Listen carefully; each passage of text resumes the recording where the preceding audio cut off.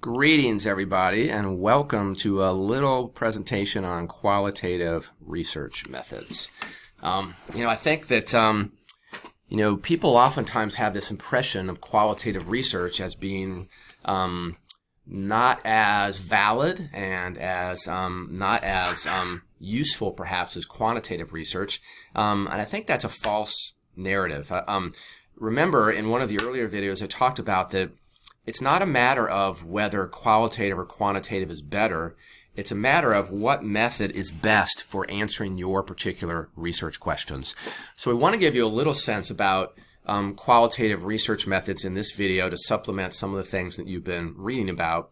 And then hopefully this will help you understand what qualitative research is all about and what type of research questions it may be appropriate for. So let's jump right in. So again, qualitative research is concerned with developing explanations of phenomenon, trying to understand not as much what happens, but why it happens, to get into the nuances of something. So if we see that a particular new approach to teaching is increasing student achievement, qualitative research may help us to understand why. If we see that a particular school is really high or low performing, qualitative research may help us to understand some of the things at play that may be causing that to happen. So qualitative research is developed with developing explanations of phenomenon in the world in which we live, and to understand why things are the way they are. It's often concerned with social aspects of our world, which of course are hard to put a number on. So qualitative research may also be interested in investigating culture. What is it about a culture that makes it particularly effective or particularly toxic, for example? And again, qualitative research seeks to answer questions about why people behave the way they do, how they have certain opinions and behaviors, how those may be formed, how those impact the phenomenon that we're interested in study, how people may be impacted by the events that go on around them. Again, things that are hard to put numbers on. Again, how and why cultures have developed in the way they have.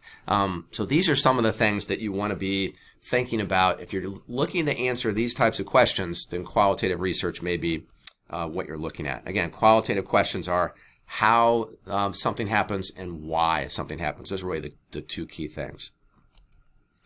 So on to the next slide. So the benefits of qualitative approach is that the information is often much deeper than you can get in a number. In a way, it kind of goes behind the curtains, right? To say, okay, here's a number about something, but what's causing that number to happen, or why has a particular thing happened that you just can't get at with quantitative research? The main methods for collecting qualitative data are individual interviews, focus groups, which are really kind of group interviews, and just observations of things happening in their natural kind of habitat. So I'm going to talk about each of these a little bit to give you a little bit of a sense about how each of these may be conducted and some characteristics of each one. So let's take a look at individual interviews first. So interviews can be unstructured, in which case you kind of go in without any specific questions and just a general sense of some things you might want to explore.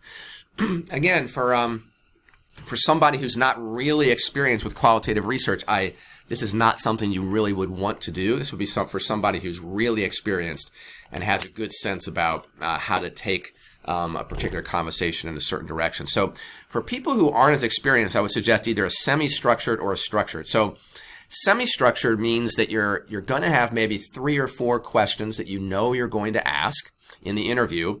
And then depending on what the answers are, you may go off in a particular different direction, but you've thought about what those directions may be. So you have, let's say, question number 1, and you may say, well, if they answer it this way, I'm going to go in this direction. If they answer this other way, I'm going to go in this other direction. That's what we mean by kind of semi-structured. So you can adapt a little bit on the fly depending on what the answers are of the person you're interviewing. And then finally, they're structured.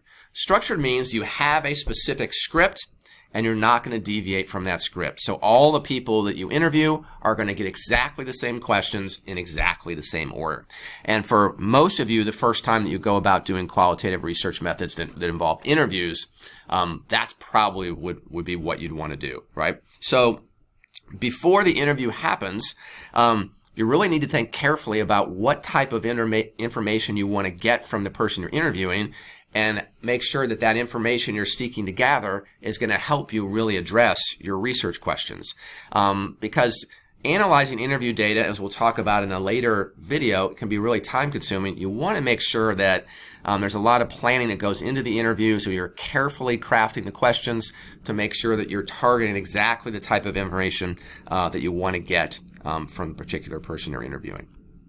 The next method is focus groups. So focus groups can be better for a couple reasons. One, there may be you don't have the time to interview a bunch of people individually, and so maybe interviewing them as a group. So just in terms of efficiency, sometimes that's the case. Other times it may be that it's just because of the particular topic you're interested in learning about, getting a group together that has some things in common may be a better fit. So let's talk about kind of some circumstances when group interviews may be fit. So group interviews can be used when, again, there's limited resources, particularly in terms of time, maybe in terms of money, and when the phenomenon being researched requires a collective discussion in order to understand something. So this can be helpful, for example, if we're trying to understand how a particular culture develops or why a particular culture develops. Having multiple people involved in a group interview may be something that is really helpful. Other considerations for focus groups. Typical size would be 6 to 10. Fewer than 6, and you're really not going to get a sense of any type of group dynamic at play that you may be interested in. More than 10, and you're not going to get people who participate. I would recommend, based on personal experience, of more than 6 to 8.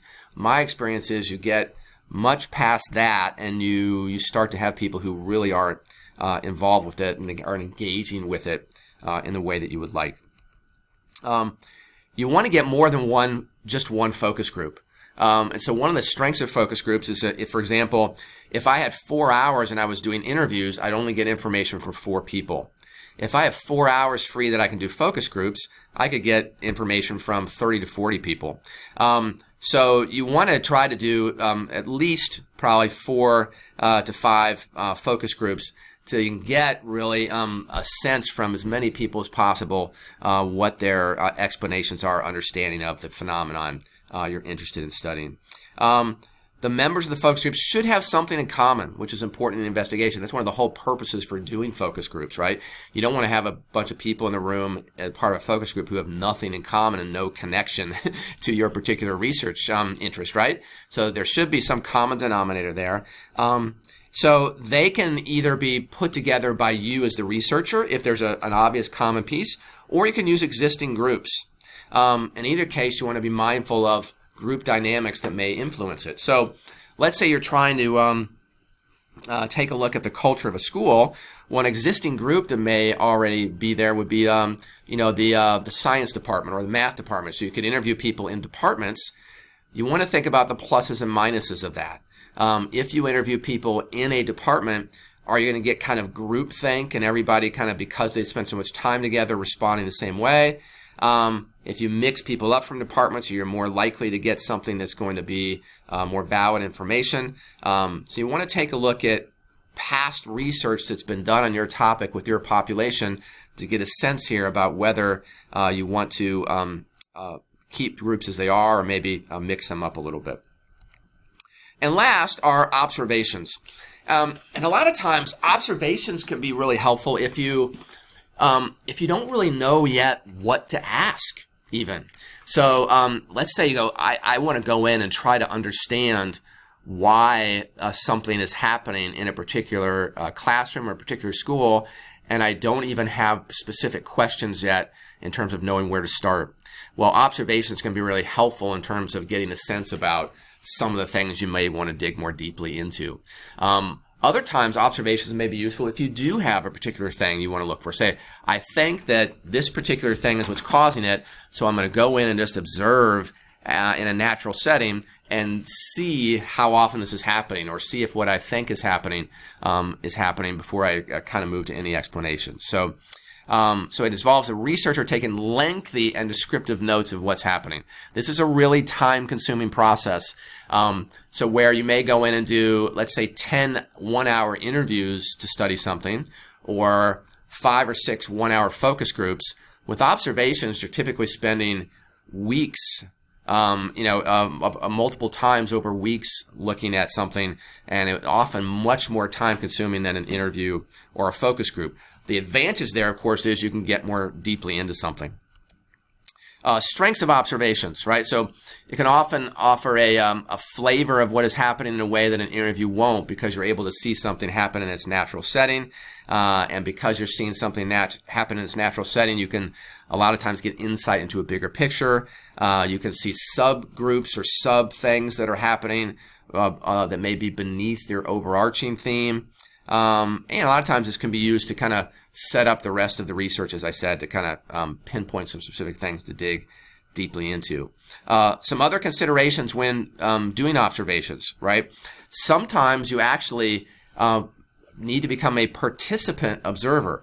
So you may say, I'm going to go into a particular classroom over the course of 4 weeks and be an assistant with this teacher, and then observe as I'm an assistant. So in this case, you're taking part in the situation in order to be accepted and further understand the workings of the social phenomenon. A lot of times people won't act naturally until they feel like you're a normal part of the situation, and then you can really see what's happening.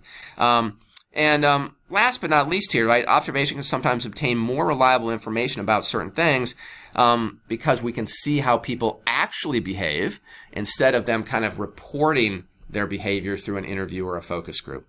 So I hope this has been a helpful overview of qualitative research methods that will supplement your reading. If you have any questions, once again, don't hesitate to reach out, and hope you guys have a great day.